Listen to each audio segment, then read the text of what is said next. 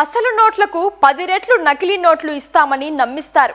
మార్కెట్లో ఈజీగా చలామణి చేసుకోవచ్చని ఆశ చూపుతారు.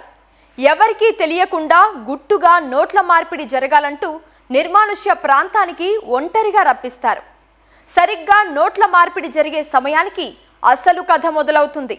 సినిమా స్క్రీన్ ప్లేకు ఏమాత్రం తీసిపోని పోలీసులు ప్రత్యక్షమవుతారు. ఖాకీ డ్రెస్సుల్లో వచ్చి హడావిడి చేస్తారు. అసలు అక్కడికి పోలీసులు ఎలా వచ్చారు? ఆ తర్వాత ఏం జరిగింది? నకిలీ నోట్ల కోసం వచ్చిన వారు ఏమయ్యారు?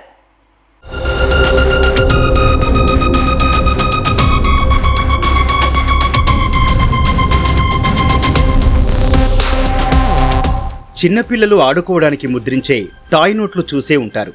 అచ్చం అసలు నోట్లను పోలి ఉండే ఈ నోట్లు నిజమేనని నమ్మి పిల్లలు దుకాణాల వద్దకు వెళ్లి కొనుక్కోవాలని చూస్తారు. సరిగ్గా ఇలాంటి నోట్లే అంటగట్టి పెద్ద మొత్తంలో డబ్బులు దండుకోవాలని ప్రయత్నించిన ముఠా నేరాలకు ఎలా పాల్పడుతుందో తెలిస్తే ఆశ్చర్యపోక మానరు. సినిమా తరహాలో పగడ్బందీగా కథ సిద్ధం చేసి పక్కా ప్రణాళికతో స్క్రీన్ ప్లే అమలుపరుస్తున్నారు. ఇంతకీ వీరు ఏ విధంగా మోసాలకు పాల్పడుతున్నారు? అమాయకులను ఎలా బురిడీ కొట్టిస్తున్నారు?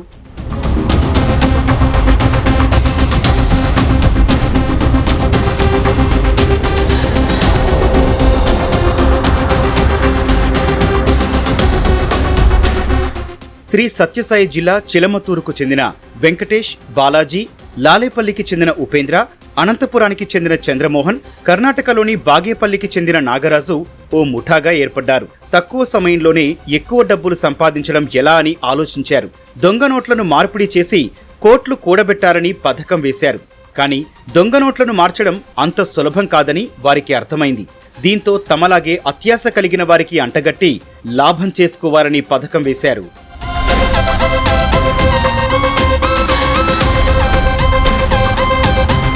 అసలు నోట్లకు 10 రెట్లు నకిలీ నోట్లు ఇస్తామని ప్రచారం చేసిన ముఠాకు కొద్ది రోజుల్లోనే విపరీతమైన స్పందన వచ్చింది.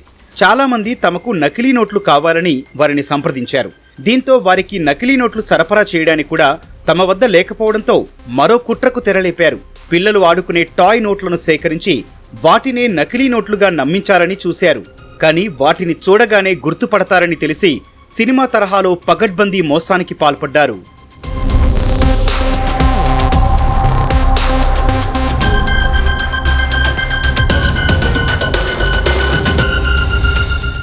తిరుపతిలో ప్రసాద్ అనే వ్యక్తి నుంచి వెంకటేష్ 50 లక్షల విలువైన టాయ్ నోట్లు సేకరించాడు. మిగిలిన ముఠా సభ్యులు గ్రామాల్లో తిరుగుతూ నకిలీ నోట్లు కావాల్సిన వారిని గుర్తించారు. అతన్ని అసలు డబ్బులు తీసుకుని నిర్మానుష్య ప్రాంతానికి రమ్మని చెప్పగా వారు చెప్పినట్లే అతను డబ్బులు తీసుకొనొచ్చాడు. అప్పుడు ఉపేంద్ర, నాగరాజు డబ్బు మార్పిడి చేస్తుండగా ముఠాలోని కీలక నిందితుడు వెంకటేష్ డీఎస్పీగా, చంద్రమోహన్ ఎస్ఐగా వేషాలు వేసుకుని అక్కడ ప్రత్యక్షమయ్యారు.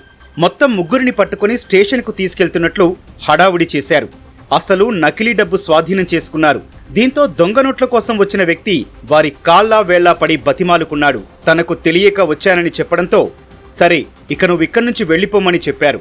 వీళ్లను స్టేషన్కు తీసుకెళ్లి కేసు పెడతామని చెప్పగా బతుకు జీవుడా అనుకుంటూ వచ్చిన వ్యక్తి డబ్బులు కూడా వదిలేసి పారిపోయాడు. ఆ తర్వాత అందరూ కలిసి ఆ డబ్బు పంచుకున్నట్లు పోలీసులు తెలిపారు. ఒరిజినల్ 1 లక్ష రూపాయలు ఒరిజినల్ కరెన్సీ ఇస్తే దానికి బదులుగా ఫేక్ కరెన్సీ, కౌంటర్ఫీట్ కరెన్సీ 10 లక్షలు ఇస్తాము, దాన్ని మీరు ఎక్కడైనా అమ్ముకోవచ్చు అనేటువంటి మభ్యపెట్టి ఉన్నటువంటి ప్రజల యొక్క అమాయకుల యొక్క ఆశను వీళ్ళు ఆసరాగా తీసుకొని వీళ్ళు మోసం చేయాలనేటువంటి ఉద్దేశంతో వీళ్ళు రావడం జరిగింది. మాకు రాబడినటువంటి పక్కా సమాచారంతో కొండూరు క్రాస్ వద్ద వెహికల్ చెక్ చేస్తే అక్కడ వెహికల్ దాదాపు 5 మంది దాకా ఉన్నారు. వారితో పాటు వాళ్ళ యొక్క అదే వెహికల్లోనే దాదాపు 50 లక్షల రూపాయలు టాయ్ కరెన్సీ, పిల్లలు ఆడుకున్నటువంటి కరెన్సీని జిరాక్స్ కాపీని కూడా అంటారు వాటిని, అవి దాదాపు 50 లక్షలు ఉన్నాయి. మరి వాటితో పాటు పోలీస్ యూనిఫామ్ సంబంధించినటువంటి పోలీస్ యూనిఫామ్ మరియు లాఠీలు, హ్యాండ్ కప్స్తో సహా వాళ్ళు వెహికల్లో దొరకడం జరిగింది. వెంటనే వారిని అదుపులోకి తీసుకుని విచారించగా వాళ్ళందరూ వాళ్ళు సూచన ఒప్పుకున్నారు. మేము ఈ యొక్క వీటిని ఉపయోగించుకొని ఇక్కడ ఉన్నటువంటి అమాయక ప్రజలను మేము మోసం చేసి వారి దగ్గర నుంచి ఒరిజినల్ కరెన్సీ తీసుకుని ఈ ఫేక్ కరెన్సీ ఇచ్చి చేయాలనేటువంటిది, సులభంగా డబ్బు సంపాదించాలనేటువంటి దురుద్దేశంతో వారి ఈ యొక్క నేరానికి పాల్పడడం జరిగింది. అయితే ఈ ముఠా చేతిలో మోసపోయిన వారు పోలీసులకు ఫిర్యాదు చేయడానికి కూడా ముందుకు రాకపోవడంతో వీరి ఆగడాలు శృతిమించాయి.